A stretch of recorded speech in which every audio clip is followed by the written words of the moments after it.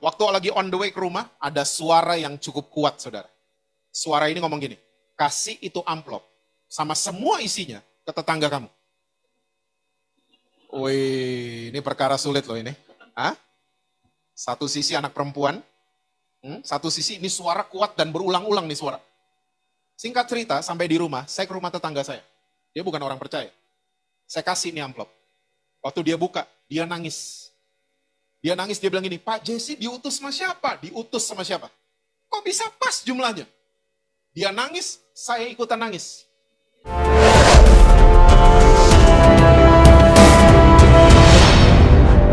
Kami sangat mengucap syukur untuk yang sudah terjadi, yang sedang terjadi, dan yang akan terjadi. Amin. Kami sangat yakin dan percaya Tuhan Yesus berdaulat penuh atas kehidupan setiap kami. Mari saat ini Roh Kudus bicara buat kami. Amin. Terobosi kami, tegur kami, koreksi kami. Kami mau Tuhan kami keluar dari ruangan ini, kami menjadi pelaku-pelaku firman-Mu. Amin. Bahkan kami mengalami perjumpaan pribadi dengan Tuhan Yesus. Kami juga harus mengakui ini bersama bahwa tanpa Engkau kami gak bisa apa-apa. Dan sebab itu kami butuh sama firman-Mu, kami butuh sama pribadi-Mu. Untuk menuntun kami untuk menjadi teman baik dalam kehidupan kami sehari-hari. Saat ini mari Roh Kudus ambil alih. Pimpin setiap kami kepada segala kebenaran-Mu. Kami siap mendengar pada malam hari ini hanya di dalam satu nama yang berkuasa, yaitu nama Tuhan Yesus Kristus. Amin. Amin. Silahkan duduk. Saudara mau berdiri juga boleh. Tepuk tangannya boleh di-extend buat tim praise and worship kita. Shalom saudara semua. Apa kabar saudara? Semua masih percaya Yesus? Masih baca Alkitab? Jangan sampai enggak itu ya. Masih mau masuk surga? Siapa yang mau duluan? Oke. Saya janji jam-jam 11 gitu saya udah selesai. Yang amin cuma 2, jadi 40 menit saya selesai. Kita langsung lihat Alkitab kita bersama dalam kitab 2 Korintus pasal yang ke-10. Ayatnya yang ketiga dan ayat yang keempat. 2 Korintus pasal yang ke-10. Ayatnya yang ketiga dan ayat yang keempat. Alkitab bilang begini. Memang kami masih hidup di dunia, tapi kami tidak berjuang secara duniawi. Karena senjata kami dalam perjuangan bukanlah senjata duniawi, melainkan senjata yang diperlengkapi dengan kuasa Allah. Yang sanggup untuk meruntuhkan benteng-benteng. Kalau saudara senang judul khotbah saya malam hari ini adalah mind changing. Proses perubahan pikiran. Karena begini, kalau kita berkata kita adalah orang-orang Kristen yang sudah bertobat, pertobatan itu bukan nangis-nangis loh saudara. Pertobatan bukan rajin kebaktian. Pertobatan bukan ikut pelayanan. Pertobatan bukan pinter nyanyi lagu gereja. Pertobatan bukan senior atau junior. Saya bertobat tahun 80-an, kamu kan anak baru. Bukan begitu. Tapi pengertian kata pertobatan adalah kita merubah cara kita berpikir dari pikiran dunia menjadi pikiran Kristus. Itu orang bertobat. Makanya pertobatan harus setiap hari, bukan Natalan doang. Bukan pas tahun baru doang. Bukan pas jam-jam kebaktian doang. Tapi proses merubah pikiran harus setiap hari. Nah ini bahasa Yunaninya disebut dengan metanoia. Metanoia bukan saingannya Immanuel. Metanoia adalah kita merubah cara kita berpikir dari pikiran dunia menjadi pikiran Kristus. Itu orang yang bertobat. Oke? Nah pertanyaannya sekarang adalah begini. Pikiran Kristus itu seperti apa emang? Ini PR buat saudara-saudara di House of Bread, rumah roti. Ya. Nanti di rumah baca perumpamaan tentang domba yang hilang. Semua pernah baca? Saya udah sering baca ginian soalnya. Lukas 15. Ya. Tapi waktu 2 mingguan lalu saya baca, saya merinding sendiri. Karena ini Yesus lagi bicara tentang satu orang bertobat, surga pesta pora. Jadi Yesus lagi bicara tentang pertobatan di sini. Ya. Nah, domba yang hilang ada 100 kan? Oke, yang hilang berapa saudara? 1. Terus gembalanya meninggalkan yang 99, gitu ya ceritanya. Dicari sampai ketemu. Dan waktu satu domba ini ketemu, dipukulkah sama gembalanya? Kamu nyusahin, kamu digituin? Enggak. Yang ada dia digendong. Betul ya? Digendong di atas bahunya, dan gembala ini stressful. Gitu? Enggak, gembala ini bersuka cita. Dia nggak stres. Dia bersuka cita. Dan sampai di peternakan, dia ajak tetangganya untuk pesta sama-sama dengan dia. Ya, turut akan sukacitanya dia. Saya udah baca ini, mungkin juga saudara udah baca, udah berkali-kali, udah bertahun-tahun. Tapi nggak tahu kenapa, 2 minggu lalu saya baca, saya merinding. Karena mulai timbul pertanyaan di kepala saya, jadi ini pertobatan terjadi, usaha dombanya apa? Semuanya gembalanya yang mengupayakan. Gembalanya yang tinggalin 99, gembalanya yang mencari, gembalanya yang gendong, gembalanya yang bersuka cita, gembalanya yang bikin pesta. Terus dombanya ngapain? Terus Yesus menambahkan, 1 orang bertobat, surga pesta pora. Nah, terus usaha dombanya ngapain? Ternyata saya menemukan jawabannya, pertobatan bisa terjadi kalau dombanya, bahasa Inggrisnya consent, mengizinkan gembalanya berkuasa atas kehidupannya. Kalau dia nggak mengizinkan, pertobatan nggak akan pernah terjadi. Mau kita jago nyanyi lagu gereja kek, mau berapa jam kita pelayanan kek, mau berapa jam kita berdoa kek, kalau kita nggak pernah mengizinkan sang gembala itu berkuasa atas kita, pertobatan nggak akan pernah terjadi. Waktu gembalanya jemput, yuk saya gendong, nggak mau, pertobatan nggak akan pernah terjadi. Nah, inilah yang disebut dengan pikiran Kristus. Bahwa semua yang saudara achieve di tahun 2023, itu bukan karena kebaikan saudara, tapi karena kebaikannya Tuhan Yesus. Bukan karena kita. Apa yang perlu disombongin? Kita ada sebagaimana kita ada, itu semua karena kasih karunia dari Tuhan Yesus. Gak ada yang bisa disombongin kan? Makanya pertobatan terjadi kalau kita mengizinkan pikiran kita berubah. Dari pikiran dunia, jadi pikiran Kristus yang menguasai kita. Karena begini saudara, selain Yesus ingin menyelamatkan saudara dan saya, dia pengen lihat saudara dan saya bertobat. Ingat, bukan yang tadi-tadi ya, bukan jadi rajin ke gereja. Nggak apa-apa itu semua bagus. Tapi yang paling penting adalah kita merubah isi kepala kita. Pentium kita tuh di-upgrade. Ya, semua, apa tuh? iOS kita di-upgrade. Ya, kalau kita sebut kita adalah orang Kristen yang bertobat. Nah, Rasul Paulus ternyata habis dia mencatat tentang trilogi pelayanan. Kalau saudara baca 2 Korintus 3, Paulus mencatat tentang pelayanan pembenaran.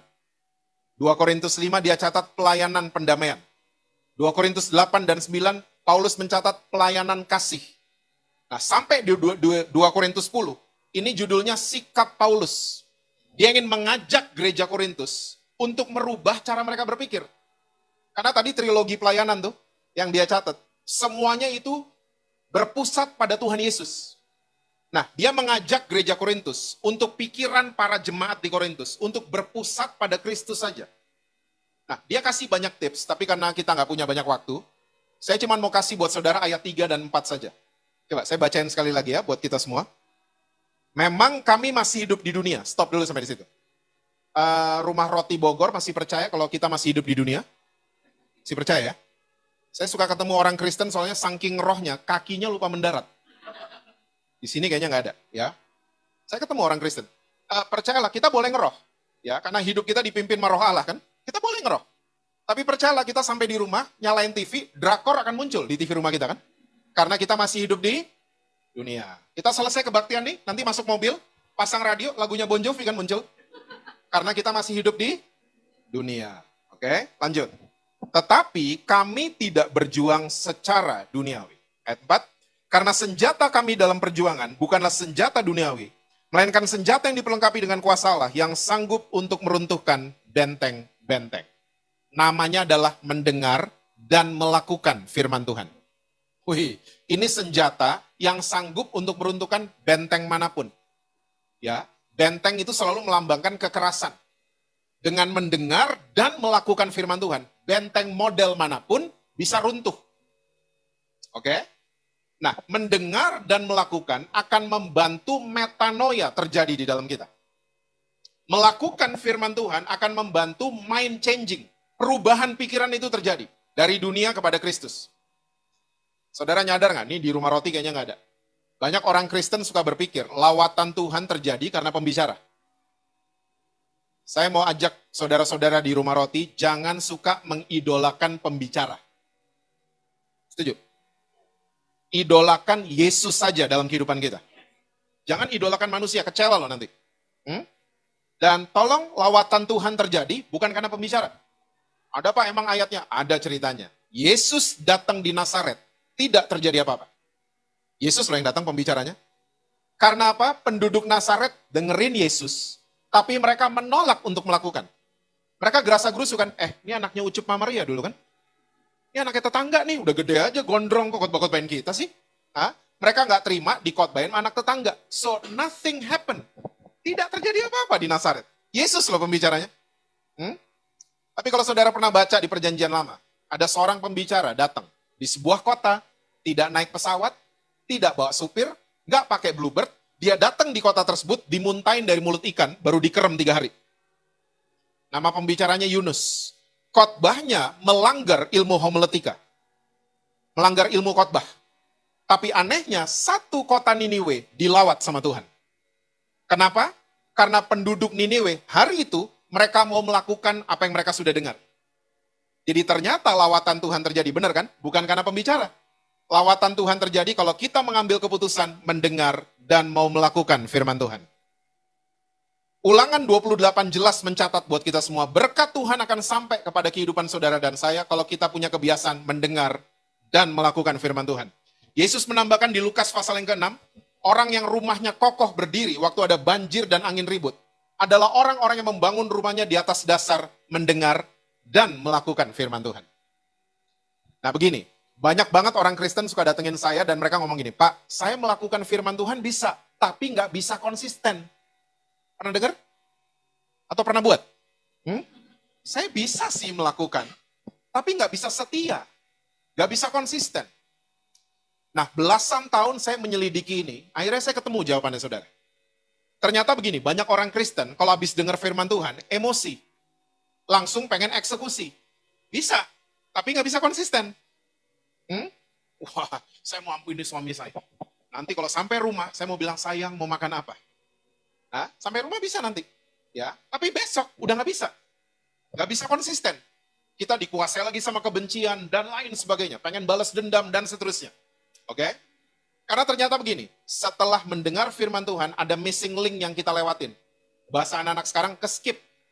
Ya, kita ke-skip satu isu. Sebelum melakukan, habis mendengar, namanya merenungkan firman Tuhan. Kita jarang buat ini. Makanya waktu melakukan, kita sulit setia, kita sulit konsisten. Begini saudara. Saudara dan saya, kita semua diciptakan dengan otak yang luar biasa sama Tuhan. Dan otak manusia itu terbagi menjadi 2 bagian. Kiri dan kanan. Otak kiri isinya yang berat-berat. Matematika. Ayat-ayat hafalan. Ya, untung dan rugi. Apalagi? Aturan-aturan. Pasal-pasal. Ya, di KUHP. Oke? Itu otak kiri semua. Dan otak kiri manusia kalau lagi bekerja, bola mata akan menuju ke kanan. Nanti aja ngacanya. Nah, otak kanan manusia isinya tuh yang rileks. Otak kanan manusia, masak, lihat lukisan, dengerin musik, nonton konser, makan, minum, jatuh cinta, dan lain sebagainya. Itu otak kanan. Dan otak kanan kalau lagi bekerja, bola mata kan menuju ke kiri. Ini babi panggang enak banget ke kiri. Ya. Saudara mesti mulai membayangkan, Yesus datang di satu bangsa yang otak kirinya super kuat. Orang Yahudi. Banyak buku mencatat, orang Yahudi tidur aja ngitung untung dan rugi. Tidur loh. Ya. Makanya sadar nggak saudara, Yesus paling sering pakai istilah makanan. Akulah air hidup. Akulah roti hidup. Dan metode pemuritan Yesus nggak di ruang kelas kan? Itu metode Yunani. Pernah punya foto Yesus di depan papan tulis, 12-nya lagi duduk? Ada. Kita semua punya foto Yesus lagi duduk di meja makan sama 12 orang. Saya bingung hari ini yang fotoin itu siapa?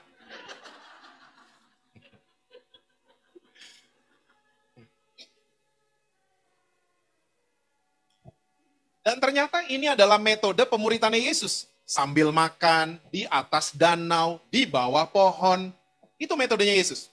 Dan ternyata di-copy sama seorang dosen dari universitas di Jakarta. Sebelum pandemi dia posting di akun pribadinya. Dia cerita begini, saya kalau deliver mata kuliah di ruang kelas, ya, lucu sekali itu mereka. Hah? Saya kalau deliver mata kuliah di ruang kelas 1,5 jam, di ujung, di akhir mata kuliah, saya selalu bertanya, ada yang mau bertanya? Semua mahasiswanya menjawab dengan dingin, alias tidak ada yang mau bertanya. Kalaupun ada yang bertanya, pertanyaan mereka di luar konteks, Pak, liburnya kapan? Gitu. Nah, dosen ini mulai sebel. Akhirnya dia menemukan, dia bilangnya, saya menemukan metode orang Yahudi. Tadi Yunani kan, depan papan tulis. Ya, ternyata ini bukan metode Yahudi, ini metodenya Yesus. Jadi dia pengumuman sama mahasiswanya, minggu depan kita kuliah di Citos ya, bukan di sini. Nggak usah bawa buku, nggak usah bawa alat tulis, bawa uang aja untuk beli makan dan minum. Benar nih kejadian. Kuliah yang tadinya 1,5 jam berubah jadi 5 jam di Citos. Mahasiswa yang tadinya harus dipancing untuk bertanya dan tidak ada yang mau bertanya, tiba-tiba bertanya sendiri. Dan proses belajar mengajarnya jadi brainstorming, tukar pikiran. Dan yang paling luar biasa waktu ujian, semua nilainya A+. Dan ternyata ini metodenya Yesus sampai hari ini masih berlaku memang. Saya mau tanya sama saudara-saudara, deal-deal bisnis besar terjadi di mana? Di meja makan atau di ruang meeting? Di ruang meeting kalau nggak ada kopi dan muffin, adendum terus kontraknya. Salah nih, salah. Ganti nih, ganti. Tapi waktu kopi keluar, muffin mulai dimakan, otak, untung dan ruginya tumpul. Tanda tangan langsung. Yang masih single, kalau menyatakan cinta, jangan pernah di atas angkot. Ajak, makan. Tunggu 2-3 hap. Ini masterclass loh ini. Tunggu 2-3 hap baru nyatain, saya suka sama kamu. 100% pasti diterima. Karena otak perhitungannya tumpul. Otak kanan yang bekerja.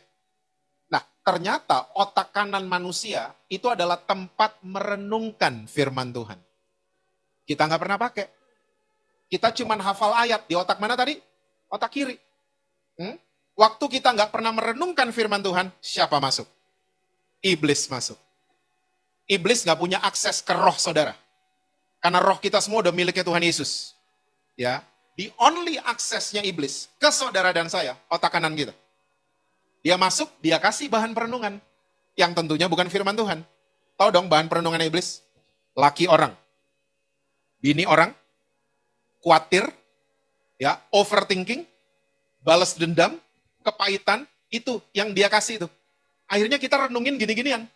Pernah dengar kan? Atau sering buat? Tahu ayat, hafal ayat di otak kiri, tapi yang kita renungin gini-ginian. Makanya waktu melakukan firman Tuhan, gak bisa konsisten. Makanya Raja Daud ngerti ginian, dia buka kitab Mazmur, renungkanlah firman Tuhan tiap hari Natal, seminggu sekali, siang dan malam. Karena iblis sama, dia mendakwa saudara dan saya, Wahyu 12, siang dan malam juga. Kalau pikiran kita gak pernah di-guard sama firman Tuhan, gak pernah dijaga sama firman Tuhan, kita gampang keseret, walaupun tahu ayat. Makanya direnungin, inilah pertobatan sejati. Waktu kita merubah cara kita berpikir, dari pikiran dunia, menjadi pikiran Kristus yang menguasai kita. Amin, saudara? Saya tahun 97 tuh mulai melayani Tuhan. Tahun 98, anak saya yang pertama lahir. Anak perempuan saya, namanya Angel. Dan saya nggak akan lupa itu tahun 98, saya baru pindah dari Bali ke Jakarta. Baru pindah. Dan waktu lagi pindah di Jawa Tengah, barang-barang satu rumah, bayangin, satu rumah, satu kontainer, 2 kontainer besar, dijarah orang. Jadi habis saya. Saya waktu pindah ke Jakarta, saya mulai dari nol. Dari nol. Nah, saya ingat banget tahun 98 itu saya diundang khotbah, saudara. Selesai khotbah, saya terima amplop. Isinya 300.000. Wih, saya seneng banget. Karena apa? Saya cuma pikirannya satu. Ini uang saya mau beliin S26. Tahu S26? Cuman ibu yang lain kayaknya nggak tahu apa-apa deh tadi ya. Hah? I'm kidding. Jadi susunya Angel itu malam nanti, itu terakhir. Jadi waktu saya dapat 300.000, pas nih. Beli susu S26. Oke? Nah, waktu lagi on the way ke rumah, ada suara yang cukup kuat, saudara. Suara ini ngomong gini, kasih itu amplop sama semua isinya ke tetangga kamu. Wih, ini perkara sulit loh ini. Hah? Satu sisi anak perempuan, satu sisi ini suara kuat dan berulang-ulang nih suara. Singkat cerita, sampai di rumah, saya ke rumah tetangga saya. Dia bukan orang percaya. Saya kasih ini amplop. Waktu dia buka, dia nangis. Dia nangis, dia bilang gini, Pak Jesse diutus sama siapa? Diutus sama siapa? Kok bisa pas jumlahnya? Dia nangis, saya ikutan nangis. Alasannya beda. Dia nangis karena terima amplop, saya nangis karena nggak bisa beli susu. Udah selesai, saya balik ke rumah. Sampai di rumah, saya cuma bilang gini, Tuhan bantu saya untuk saya tidak khawatir. Bantu saya. Karena udah gak ada uang. Tidur malam, saya bisa tidur. Ya, susu terakhir tuh, S26-nya Angel. Kalau dia bangun, wah besok harus ada susu. Saya tidur. Besok pagi jam 6.15 saya bangun karena bel rumah saya bunyi. Saya keluar, ternyata supirnya tante saya. Tante saya namanya Tante Stella, dia sekarang sudah bersama-sama dengan Tuhan Yesus. Saya tanya, ada apa Pak? Gitu. Ini ada titipan dari Ibu Stella. Saya ke pagar, saya ambil, isinya S26 2 kaleng yang besar. Saya sampai ke dalam rumah, saya sampai ke meja makan, saya taruh. Waktu saya taruh, Angel nangis. Bangun. Kita selalu mikir Tuhan tuh terlambat. Tapi saya mau katakan buat saudara, Tuhan Yesus gak pernah terlambat. Mulai hari itu, dalam hal memberi, pikiran saya berubah. Bukan pikiran dunia lagi menguasai saya, tapi pikiran Kristus menguasai saya. Dalam hal memberi, baru satu loh. Masih banyak yang lain kan yang harus dirubah. Makanya pertobatan harus setiap hari. Bukan masa lalu, bukan seminggu sekali. Bukan waktu kita kebaktian, oh ini menandakan saya bertobat. Bukan. Bertobat harus setiap hari, karena banyak hal yang harus dirubah di dalam kepala saudara dan saya. Nah sekarang, ada satu isu, ada satu oknum lebih tepatnya, yang selalu mengganggu proses mind changing ini terjadi. Saudara tahu nama oknumnya siapa? Bukan iblis. Nama oknumnya adalah khawatir. Iblis tahu persis. Kalau dia datengin saudara dan saya, modelnya kayak hantu di Conjuring, kita semua pasti berani. Iblis tahu. Makanya dia datengin saudara dan saya dengan wujud yang berbeda. Dan dia selalu targeting, mana nih yang otak kanannya kosong. Gak pernah dipakai, iblis tahu. Gak pernah dipakai merenungkan firman Tuhan, dia masuk. Dia kasih kekhawatiran. Dan orang kalau udah khawatir, sulit melakukan firman Tuhan kan? Kok belaga lupa? Orang kalau udah khawatir, sulit disiplin. Orang kalau udah khawatir, sulit taat sama firman Tuhan. Dan orang kalau udah khawatir, dia bawa dirinya ke daerah musuh. Bukan iblis yang bawa, orang tersebut yang bawa dirinya sendiri ke daerah lawan. Yuk kita lihat, 1 Samuel 27. Ayatnya yang pertama. Saudara masih ingat 1 Samuel 27 di mana? Itu sesudah 1 Samuel 26. 1 Samuel 27 ayat yang pertama, itu judulnya Daud di antara orang Filistin. Ada yang zoom ya dari rumah? Halo. Oke, ayat yang pertama, tapi Daud berpikir dalam hatinya, bagaimanapun juga pada suatu hari aku akan binasa oleh tangan Saul. Jadi tidak ada yang lebih baik bagiku selain meluputkan diri dengan segera ke negeri orang Filistin. Maka tidak ada harapan bagi Saul untuk mencari aku lagi di seluruh daerah Israel.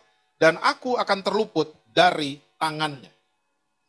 Saudara kalau baca cerita ini, nadanya ayat ini nih, ayat 1 nih, nadanya Daud tuh khawatir. Betul nggak? Satu hari nanti Saul akan bunuh saya. Mendingan saya menyingkir ke daerah mana tadi? Filistin. Saudara tahu Filistin siapanya Israel? Musuh bebuyutannya orang Israel. Lihat. Cuman karena khawatir, Daud bawa dirinya ke daerah lawan. Dan sempat beberapa saat, Daud melayani raja orang Filistin. Saya mau tanya, masih terjadi sampai sekarang? Kita katanya anaknya Tuhan Yesus, tapi karena kekhawatiran, kita bawa diri kita ke daerah musuh, dan untuk beberapa saat kita melayani raja kerajaan kegelapan. Kita satu frekuensi sama korupsi, kita satu frekuensi sama kebohongan, cuman karena khawatir. Orang kalau udah khawatir, gak bisa bedain mana bahaya, ya, gak bisa bedain lagi dia. Khawatir, saya banyak di Jakarta, di rumah roti gak ada. Istri khawatir, suami saya gak akan berubah, istri saya gak akan berubah, khawatir. Gak akan berubah, tiba-tiba reuni SMA. Ketemu pacar SMA. Ternyata cucian lama belum kering. Habis acara reuni, lanjut. Pak, pastor, suami saya tahu, saya ngopi sama teman lama. Suami saya tahu kok, lagian di mall ngopinya. Banyak saksi, banyak CCTV, nggak apa-apa kok suami saya. Ya, pertemuan pertama di mall. Pertemuan kedua, pindah tempat. Di kamar hotel. Lihat, cuman karena khawatir orang bawa dirinya ke daerah musuh. Cuman karena khawatir. Elia. Saya rasa Elia adalah orang satu-satunya di muka bumi ini yang lihat api turun dari langit. Kita hari ini lihat api keluarnya di kompor kan? Sama di oven. Elia lihat dari langit loh turun. Terus bakar ratusan nabi Baal. Elia ngelihat dahsyatnya Tuhan. Udah, dia pulang kan ke apartemennya. Kok apartemen sih? Goa Residence. Dia rumahnya di Goa soalnya. Dia tidur di Goa, besoknya dia bangun, dia terima pesan singkat dari ibu negara. Isabel. Isabel tidak percaya Tuhan, percayanya sama Baal. Gak terima, ratusan nabi Baalnya mati, gak terima. So Elia diancam, kamu akan mati seperti kamu bunuh itu nabi-nabi Baal. Kemarin baru lihat api turun dari langit, besok harinya, karena diancam, Elia khawatir. Dan waktu dia khawatir, Elia ngomong gini, Tuhan saya mati aja. Masih terjadi sampai hari ini? Orang karena khawatir, Tuhan angkat saya aja Tuhan. Pernah dengar doa kayak gitu? Atau sering menaikkan doa kayak gitu? Saya mati aja Tuhan. Cuman karena khawatir. Elia. Banyak sampai hari ini. Cuman karena khawatir orang bawa diri mereka ke bunuh diri. Bawa diri mereka ke kematian. Yang bukan hak mereka dan belum waktunya. Saya mau katakan buat rumah roti di Bogor. Jangan khawatir. Saudara dan saya yang di rumah juga. Saudara dan saya jalan sama Tuhan Yesus yang luar biasa. Jangan khawatir. Karena takut, khawatir tuh dari iblis. Ingat, iblis berubah wujud. Kalau dia datengin saudara betaring, betanduk, kita semua berani. Makanya dia berubah wujud, khawatir namanya. Dia masuk ke otak kanan kita. Dan itu yang kita renungin akhirnya. Semakin kita renungin itu, semakin hidup kita nggak dikuasai sama pikiran Kristus. Jangan khawatir. Takut, khawatir itu dari iblis. Saya suka sebel kalau naik pesawat. Orang Kristen itu suka bikin malu. Baru goyang seberapa, kalung salibnya dipegang. Aduh. Kenapa tuh orang? Kemarin Desember, Desember. Saya tuh suka main sepeda sama pilot-pilot, saudara. Jadi pilot-pilot suka cerita, kalau pesawat goyang itu biasa, Pak Jesse. Itu ada perubahan tekanan udara. Kita seneng-seneng kok di depan. Penumpangnya yang ketakutan. Ya, karena berubah tekanan, makanya goyang pesawatnya. Nah, itu yang dinamakan dengan turbulence. Nah, Desember. Turbulence, cukup keras. Ya, itu teriaknya di dalam pesawat udah aneh-aneh loh. Udah aneh-aneh. Allahu Akbar gitu. Sebelah kanan saya, darah Yesus. Nah, ini. Kalau ada apa-apa, saya mau komsel sama dia. Tiba-tiba paling belakang, teriaknya paling kenceng. Tahu nggak teriaknya apa? Setan gitu, setan. Setan loh dipanggil. Setan dipanggil. Jangan khawatir ya saudara. Jangan takut. Ingat, takut harus dihadapi, bahaya mesti dihindari. Setuju? Karena takut dari iblis mesti dihadapin. Tapi kalau udah jelas ada bahaya depan saudara, dihindari. Misalnya ada ular kobra depan saudara, jangan didatengin. Kamu lucu amat. Sini. Itu namanya blow on. Bahaya soalnya ular kobra kan? Bahaya. Beruang dipeluk, kamu lucu amat. Itu blow on. Itu bahaya beruang itu. Bahaya mesti dihindari, takut mesti dihadapi. Saya akan masuk di bagian terakhir. Dengan share buat saudara soal peta. Map. Bahasa sekarang Google Maps atau Waze. Bahasa zaman saya Atlas. Atlas adalah kepercayaannya orang Yunani. Orang Yunani itu percaya planet bumi itu lagi digendong sama Atlas. Oh, laki-laki besar bawa planet bumi. Jadi kalau ada gempa, itu karena Atlas ininya pegel, dia gini-gini. Jadi gempa. Itu kepercayaannya orang Greece. Oke? Nah, peta dibuat. Kita ngelihat peta, gambar petanya kerekam di kepala kita. Betul apa betul? Omongan kita jadi sesuai dengan map. Mapnya bilang belok kanan, kita belok kanan ngomongnya. Jalan kita kan sesuai sama peta nggak? Dan kita akan tiba, istilah sekarang, di tempat-tempat yang sesuai titik. Ya. Nah, peta di dunia saudara dan saya ada 3. Kita mulai ya. Yang pertama peta politik. Apa pengertian dari peta politik? Peta politik itu begini. Indonesia 30 tahun lalu, berapa provinsi? Coba jawab. 27. Sekarang berapa? Coba jawab.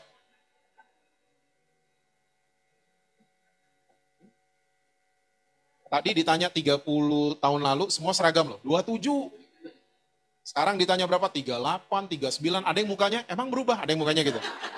Kelihatan dari sini kelihatan. Nah, hari ini Indonesia terdiri dari 38 provinsi. Itu jawaban yang benar. Ya. Kenapa bisa begitu? Karena situasi politik berubah. Petanya ikut berubah. Ya. Kalau kita nggak ikutin perubahan, doa kita salah nggak? Tuhan pulihkan Indonesia yang terdiri dari 27 provinsi. Salah kan doanya? Tuhan dari atas, nyong, udah ganti nyong. Kita ke tour and travel, salah kita. Saya mau 1 tiket pesawat domestik kemana? Timur-timur, salah. Itu udah international flight, bukan domestik lagi. Nah ternyata ini nggak terjadi di Indonesia aja. Masih ingat zaman dulu ada negara namanya Jerman Barat sama Jerman Timur? Sekarang udah nggak ada. Karena situasi politik, saudara mungkin masih ingat tembok Berlin sampai diruntuhin segala macam. Sekarang peta di sana cuma 1 Jerman saja. No West, no East. Masih ingat zaman dulu ada negara namanya Uni Soviet? Sekarang udah nggak ada. Karena situasi politik pecah mereka jadi beberapa negara. Uzbekistan, Kazakhstan, dan lain sebagainya. Oke? Nah ini semua yang disebut dengan peta politik. Yang kedua, namanya adalah peta yang berasal dari kerajaan kegelapan. Yesus mengatakan iblis itu punya kerajaan, pasti ada petanya. Nah, orang percaya dari zaman Alkitab dicatat sampai hari ini, banyak orang percaya sering melakukan spiritual mapping. Pemetaan rohani. Makanya kalau saudara baca di Kisah Rasul 19, di kota Efesus ketemu orang kuat namanya Dewi Artemis. Sampai sekarang. Di Bandung katanya ada Dayang Sumbi, saya nggak tahu di Bogor. Ya, yang paling terkenal di Jogja, Nyi Roro Kidul. Nah, saya punya cerita buat saudara. Saya dari kecil suka diajak sama mama papa saya ke sahabatnya mereka di Jogja. Sahabatnya mereka gembala gereja. Nah, setiap habis firman Tuhan, ini sahabatnya papa mama, gembala ini, om gembala ini, selalu berdoa dan nengking Nyi Roro Kidul. Kamu keluar dalam nama Yesus, kamu sudah kalah dalam nama Yesus. Dari saya kecil loh, saya dengar gituan. Nah, 2010, singkat cerita, papa saya dipanggil Tuhan. Datang dong si om, sahabatnya dari Jogja, ketemu saya. Waktu ketemu, Jess, om dengar kamu udah pelayanan ya? Iya om, ayolah ke gerejanya om gitu. Bolehlah om gitu, kita atur-atur. Ya, 2012 saya ke gerejanya si om di Jogja. Sampaikan firman Tuhan, habis firman Tuhan ternyata acaranya sama. Si om doa syafaat. You know what happened? Nyi Roro Kidul masih ditengking sama si om. Saya mulai nalar, saya mulai jalan. Kok nggak kalah-kalah ditengking tiap minggu? Dari saya kecil. Kok nggak kalah-kalah? Tiap minggu ditengking. Bahasanya sama, saya sampai hafal masih. Bahasanya, keluar, kamu sudah kalah dalam nama Yesus. Akhirnya saya ketemu jawabannya. Ada peta ketiga yang kita jarang pakai. Peta yang berasal dari kerajaan sorga. Peta itu ada di tangan saudara dan saya. Namanya firman Tuhan. Kita lihat peta ini. Isi kepala kita akan berubah. Omongan kita berubah. Jalan kita berubah. Ya. Orang Kristen kalau nyasar itu normal. Tapi belajarlah dari Grab driver. Kalau nyasar selalu mau cari sesuai titik. Mau balik ke titik yang tepat. Kalau sampai jauh nyasarnya, telepon Tuhan Yesus, Tuhan, Sherlock. Oke? Karena nyasar itu normal. Ya, nyasar itu normal. Ya, yang jelas kita mesti kembali ke sesuai titik. Jalan kita jadi jalan sesuai map. Dan saya percaya kita akan tiba di tempat-tempat sesuai titiknya kerajaan sorga. Kalau liatin map yang benar. Nah, firman Tuhan mengatakan, Yesus waktu bangkit di hari yang ketiga, dia sudah mengalahkan semua. Pertanyaan saya buat saudara. Menurut saudara, orang kuat di Jogja, Nyi Roro Kidul apa Tuhan Yesus? Tinggal dirubah kan ininya. Ininya dirubah, omongannya ikut berubah. Hah? Kalau kita terus bilang, Pak, saya sering soalnya ketemu orang Kristen gitu, Pak, rumah saya kayaknya belum bersih, Pak. Kenapa pembantu nggak balik? Bukan gitu, Pak. Itu, Pak, di lantai 2, Pak, ada penunggunya, Pak. Kalau kita terus mengatakan rumah kita ada penunggu yang lain, terjadi loh seperti imanmu. Tapi kalau kita mulai mengatakan rumah saya, setiap sudut, setiap ruangan, cuman dipenuhi hadirat Tuhan saja. Terjadi juga seperti iman. Semua ada di sini. Makanya sekali lagi, selain Yesus ingin menyelamatkan, mengampuni dosa kita, dia pengen lihat kita bertobat. Merubah cara kita berpikir. Dari pikiran dunia, jadi pikiran Kristus. Boleh cerita terakhir? Boleh. 2003. Wih, udah 20 tahun lalu itu. 2003 saya nganterin teman saya khotbah di pedalaman Kalimantan. Dia diundang. Singkat cerita, waktu sampai di gereja tempat yang ngundang teman saya agak-agak kaget. Karena foto presidennya B.J. Habibie. Saya dalam hati gini, ini mungkin gereja lupa ganti kali. Terlalu sibuk mereka ngurusin perahu soalnya. Ya. Nah, kebaktian, teman saya sampein firman Tuhan. Kebaktian mau selesai, Pak Gembala doa syafaat. Waktu dia doa syafaat, doanya, percaya diri dan yakin banget. Tuhan, kami memberkati Bapak Presiden kami, B.J. Habibie. Saya dalam hati, ini nggak tahu bener loh ini. Selesai kebaktian, makan sama-sama kan? Teman saya memberanikan diri menyampaikan buat Pak Gembala. Pak, mohon maaf, kita mesti sampaikan sesuatu. Oh, nggak apa-apa. Sampaikan aja. Maaf ya Pak, maaf. Presiden Indonesia udah ganti Pak. Saya timpalin, udah 2 kali ganti Pak. Gus Dur dulu, sekarang udah Megawati Pak. Ini mukanya Pak Gembala kasihan. Setengah kaget, setengah malu. Saya mau bertanya Pak Saudara. Itu orang-orang di pedalaman Kalimantan, mereka warga negara Indonesia. Darah mereka Indonesia. Tapi mereka nggak tahu orang nomor 1 mereka siapa. Pertanyaan malam hari ini sama. Kita semua warga negara kerajaan sorga. Darah kita ditebus pakai darah yang sama. Tapi seringkali kita nggak angkat Yesus jadi orang nomor 1 kita. Kita angkat yang lain. Khawatir, ini, itu, dan lain sebagainya. Saya cuma mau ajak saudara-saudara di rumah roti. Dan yang di rumah. Angkat Yesus jadi orang kuat kita satu-satunya. Angkat Yesus jadi orang nomor 1 kita satu-satunya. Jangan ada yang lain. Angkat dia. Pikiran kita harus mengarah ke pikiran Kristus. Ya.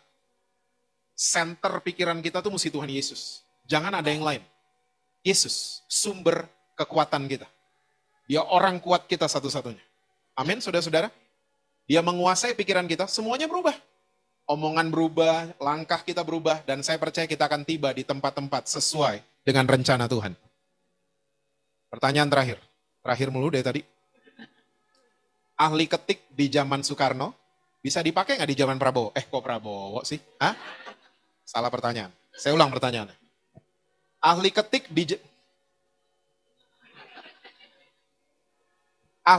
di zaman Soekarno bisa dipakai nggak di zamannya Pak Jokowi? Kalau saya jadi Pak Jokowi, saya panggil dia karena jarinya cepat. Tapi kalau ahli ketik ini nggak pernah ngerubah cara dia berpikir dari mesin tik manual ke iPad, masalah pasti. Takutnya iPad-nya salah, di tip X iPad-nya. Saya ingin mengajak saudara-saudara, mau umur berapapun kita, jangan suka mental ketinggalan zaman. Karena pikiran Kristus, kasihnya Kristus, kreativitas dari Kristus, itu selalu baru setiap hari. Harapkan yang baru setiap hari. Ya, dan bertobat setiap hari. Amin, saudara. Tuhan berkati kita semua. Selalu sukses dengan apapun yang saudara kerjakan, harmonis di rumah, dan rekening bank selalu penuh buat saudara. Kenceng banget kalau gitu-gitu, amin ya. Saya minta dengan hormat worship leader kita.